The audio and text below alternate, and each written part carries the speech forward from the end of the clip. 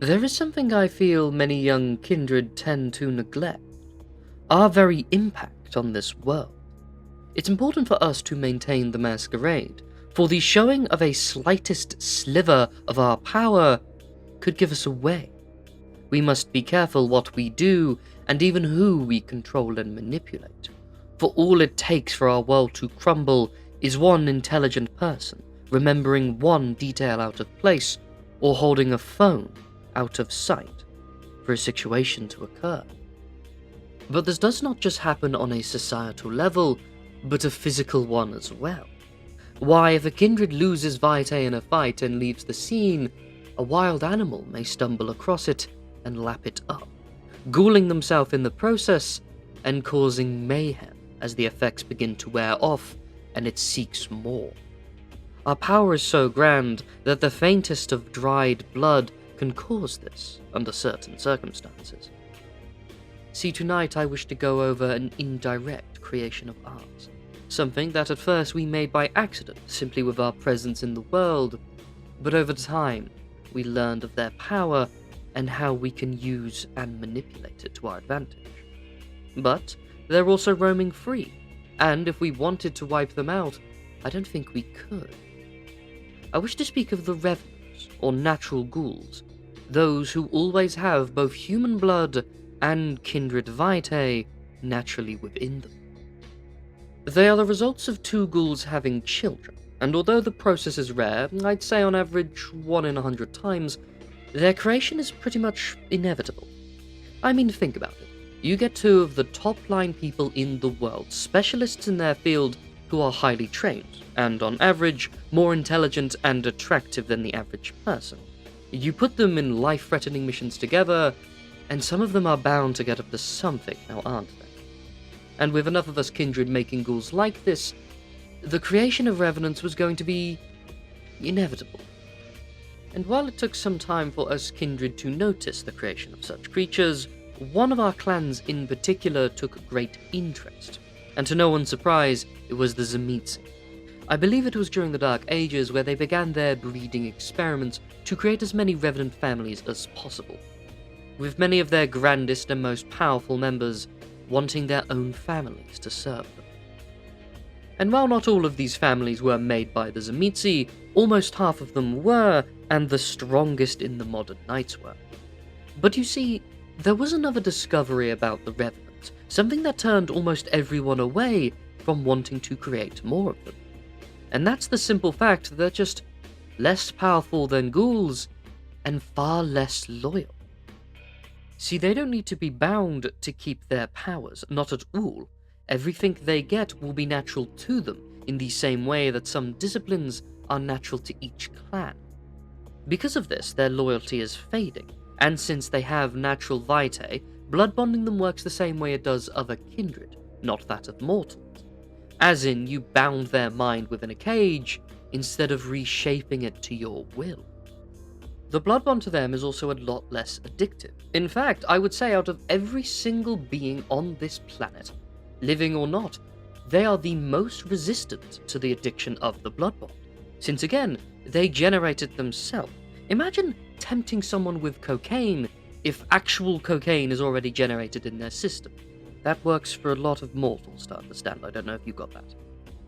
But they are also just less powerful, since the blood they generate is lesser than what they would get if they just drank from a kindred. This also reflects in the fact that they are actually not immortal, with them living about 4 times longer than a normal kind. Meaning that if a Revenant looks about 25, they're probably 100 years old, but they will die at around the age of 400. It will also take them longer to learn their disciplines, simply due to the diluted vitae in their system, with them learning on par to, say, ghouls who are drinking directly from the source. But if they were also drinking from a kindred, they would probably learn as fast as a normal kindred would. This can also be quite inconsistent, as we are dealing with a strange mutation after all. For example, I would never be sure if blood bonding a Revenant would extend their life like it does ghouls, but some have reported that it does stop their aging, but the losing of the bond wouldn't make them age at all. They would not age all the time they have missed, like mortals do. I've never found proof of this directly, but I have known of Revenants making it to 700 who claimed that's how it's happened. Something in this regard is case by case, I would imagine. I also suspect that newer Revenant bloodlines are much stronger in this aspect. In this regard, they almost age in the exact opposite way that Kindred do. Unlike us, who only get stronger with age, the Revenants need to reproduce sexually, and as a result, their offspring who are not made of two Revenants are, on average, but not always, weaker. I suspect that like Kindred's varying blood potency, the Revenants have a similar carryover effect to their offspring, with the really powerful and potent ones that feed into their own bloods once, have all of their children be as powerful as them, even if it's with normal humans. There is also the problem of them fearing this more than anything. Because these Revenant families hate the idea of their descendants being weaker than them, but also hate the other families just as much, it results in a lot of inbreeding. Especially since most of these families have been left to their own devices and have really little to do with the Kindred world now. Although with that being said, they are still called into the service by Tzimisce from time to time, often as hired thugs of some sort, although they can also help with various other tasks depending on the family. How about I get into the families, since they are quite important, and while there are quite a few of them, I shall only be going over the largest 4 of them, in the modern knights anyway. I'll also note that they are technically their own entities, but they are far more Sabbat aligned than anything else. Starting off with the Bratovich, a deprived group of inbred scum who live on the outskirts in caravans, stealing whatever they need in order to get what they want. They are violent, brutish, very quick to anger, which is exactly what makes them useful in the eyes of the Tzimisce that hire them. They often permit their perverse tortures, provided they at least get their job done. No one, and I'm not exaggerating when I say this, no one is very fond of their presence. The Tzimisce only deal with them as a necessity when they want someone else to do a dirty job or to take the fall for them. That being said, they have an infuriating habit of not only surviving everything, but somehow being the only group that comes out on top when things really go to shit. But you would be an idiot to underestimate them. They are surprisingly skilled fighters, since that's essentially all they do, with one of them being on par to, say, a newly embraced Kindred, one that was embraced that day anyway. Given that you will never find one alone unless they fled their family, you will almost always be outnumbered. Remember, even the strongest of our kind can be taken out by large enough numbers, so when 20 woodsmen emerge with shotguns in hand, you should absolutely be on guard. They also have a thing for the breeding of dogs, often large pit bulls and other various dangerous breeds, and since animals too can become revenants, these dogs are also to be wary of. I should also note that they have been known to be skilled in the Tzimisce art of vicissitude, of flesh crafting, but they tend to only use it on themselves and their dogs, with zero intention of upholding the Masquerade. They also fancy themselves as skilled hunters of sorts, given their proclivity to spend most of their nights in the woods, with them often forming these various hunting groups to go out hunting for lupines of all things. Of course, they lose half of their number, if not more, when they do this, but if I'm being honest with you, it actually annoys me that out of all of our kind and what we have spawned, this is the most successful group in our war with the lupines. And it's not even close! I'm serious in how unfair this is. Every time you'll hear of a Kindred bragging about them finally taking out a lupine in an unfair fight, a Bratovich hunting party just killed 3 of them. Anyway, moving on to the next family, their polar opposite. The Grimaldi at least act like how a empowered bloodline should. Wealthy, smart, and aristocratic. This family acts like the noblemen of the modern era, fitting in more of the likes of the Ventru and the Giovanni. The problem is they continue to act as pompous as them, while in their presence. Those that should be their betters, they act as if they are equals. But there is a pretty good reason for this. They have to. See, the Sabbat are known for many things, and subtlety is not one of them, nor is their aptitude for savvy business practices. Despite its cutthroat nature, you can't stay a CEO by actually cutting throats, at least not forever. The Grimaldi are skilled businessmen who aid the Tzimisce in doing just that. They act as their puppets in these corporations, and compared to most of the Sabbat, they are very competent in this. However, their enemies are often in the Camarilla or Hecata, and so they are clearly outmatched, as it's hard to make a deal with someone who is being hypnotized by your rival. In essence, the game is rigged against them from both sides. The Sabbat will punish them if they don't make a big enough profit, but the other Kindred will smite them down if they make too big of a splash. And so they have perfected the art of staying in the middle. And I assure you, that is a lot harder than it sounds, to maximize a profit while having no one notice. And so I must commend them for doing this. It's quite impressive, but the really impressive part is how they always manage to play both sides. Politically, they are in the Sabbat, and they have made this dance about threatening that some branches of the family plan to swap sides. Or they'll make a promise to join the Camarilla if the Camarilla hands something over to them. It's very rare that a branch of the family will actually do so, but it has happened a handful of times. They're also very good at blending in with normal people, since, well, they almost are.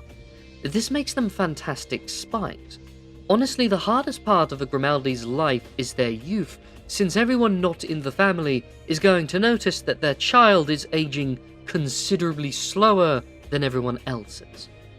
The family as a whole has fixed this, however, by having their own private schools, because of course they do. They are also known for being backstabbing traitors, but honestly I have no real problem with that. Really, the only problem I have with the Grimaldi is how bloody pretentious they are, and that is coming from a Ventrue elder, by the gods! Ugh. For an example of this sealed vessel on my desk, the one you have seen several times, that is actually a bottle of Roman red wine. I'm not even sure what type, or if it's still drinkable, it's that old. It was given to me, well, really as an insult by a very powerful Toreador. She loves these little backhanded compliments. You see, I never got to try red wine. By the time it was available to me and my people, I was already embraced. I've always longed to know what wine tastes like. Even if I hate it, there is a lot I would give to just try it. And in barges some Grimaldi, little finger in the air, bragging about tasting all that they can and how wrong everyone else is. There's only one correct way to drink wine. You have to breathe in with every sample. Everyone but me is an idiot. If I didn't have as much restraint as I do, I would have snapped his neck. They are every stereotype of the Ventrue, but all true at the same time. I know what it's like to be a brouhaha when they are around. Let me clear my head by moving on to the next family. The Obertus are, to oversimplify them, scientists. Not in the way that the Tzimisce are, but actual test tube and paperwork stuff. Whatever scientists actually do all day. I wouldn't really know, I have people that do that stuff for me. They view themselves as above the Sabbat warrings, despite finding themselves within the sect. They will often lend a hand on intellectual matters when needed, but prefer to be left alone working on their experiments. That does include things like philosophy and debates, by the way, not just science. But it's actually hard to get them working on something without them being interested in it in the first place. But if it's related to some bizarre blood or mutation of some sort, they are often jumping to work on such experiments. See, the Obertus have an idea, a theory more so than anything else. They believe that the Revenant should be the next step in human evolution. And they have some logic in this theory. After all, their condition does seem to always be passed on, and from a human's perspective, they are just better than normal people. The problem with their theory is how it interacts with other supernatural beings, the world as a whole. The best example being mages. For yes, a Revenant can become a mage, but they will always be weaker than a mortal one. by a considerable and noticeable margin. And while I'm not very fond of mages and think them being weaker might be a good thing, there are some events where their power has actually saved the world. Despite all their wants and attempts, the world needs mortals, and the mortals should remain the majority. It is not just us kindred who have a sense of the Masquerade. All beings with power like us hide from the natural world. We all work at our best from the shadows. But despite their naive worldview and goals, they're actually very adept at finding a solution to a problem they have been set to. See, with the Revenants being good examples, sometimes the use of kindred blood has effects on the world around us. I've seen an experiment result in the creation of these pus-filled zombie-like contagions. The disease was finally killed when Obertus created a virus of their own to essentially eat it from the inside out. Again, I don't know science, that's how it was explained to me. Really, the only flaws to note about them is that they're so obsessed with a task that they just neglect the world around them, and they're just weird to be around. They struggle to hold conversations, not like a normal antisocial person. They're more look through you and ask something that's just wrong. But again, I've seen worse from other groups. Like a Malkavian having one of their worst episodes, really, except all the time. Lastly, I shall speak of the Zantosa, who are probably the largest number across all Revenant families, but probably the littlest of note. While they are a wealthy, noble family with superpowers that does whatever they want, but by kindred standards, they have nothing to offer, really. Like a discount Toreador mixed with all the negative proclivities of a Revenant. In fact, the Sabbat have often viewed the Zantosa as unneeded, and in some examples, a threat, but determined that their destruction would be a waste of time, for there are far too many of them, and it would by no means be an easy fight. It's far better to just leave them alone to their own hedonistic wants.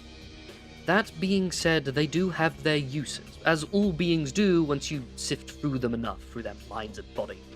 And the Zantosa have managed to lodge themselves into upper society, in a more artsy fashion. In what manner they do this really depends on the branch of the family. Some are artists of some description, owning art museums or music labels. Others are landlords of some sort, and a few have even tried their hands at being politicians. But all of them play a dangerous hand, for they all hide a deep depravity. I know a lot of groups get hit with the hedonist label, and not undeserved, but the Zantosa take it to a whole other level many think impossible. If you have a vice so foul and disgusting that the average person, including Kindred, would vomit upon the sight of it, you are a degenerate. There's no way around that. Each one has a different one, but really I don't want to think about this much longer because... oh, those poor donkeys. Moving on. Because of this, it is inevitable that they cannot stay in the limelight for long, despite how much they might crave celebrity status. There are too many issues, too many controversies. But luckily for them, it's quite easy for Revenant to get a new name and move around. And believe it or not, the Zantosa have retained some knowledge of vicissitude, and use it to change their face from time to time. As well as other reasons.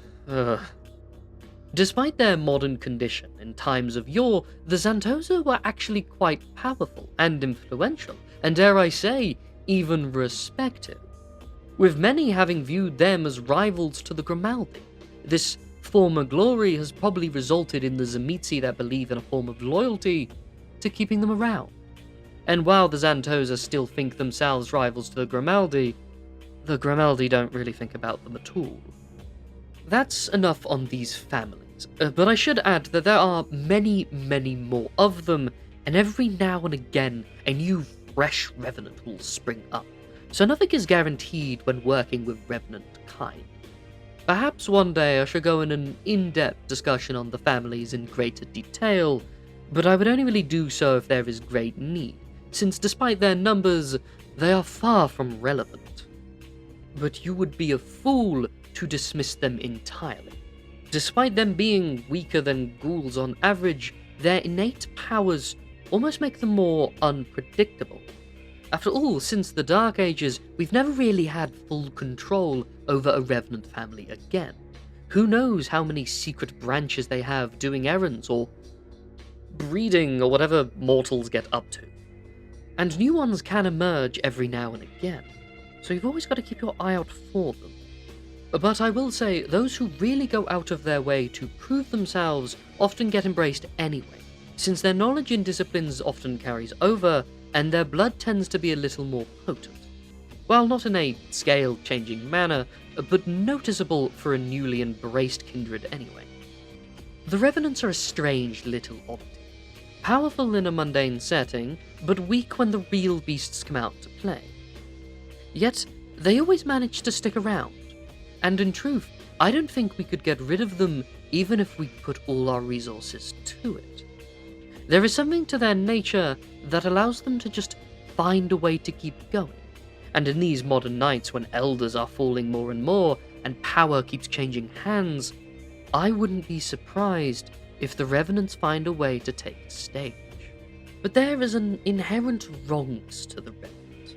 And it's not just us kindred who feel this way. Many will look at a Revenant and with no real reason that they can point to, conclude that they are just unnatural, eerie. They are wrong. I suppose it is their curse to bear, the forever rejects and outcasts that they are. Or maybe it's just the fact they're highly inbred, who knows really. Thank you for listening to my tales. I'm the Ashspawn. Feel free to leave a like, comment, or subscribe, it does really mean a lot to me. But, till next we meet, fellow traveler, have a good night.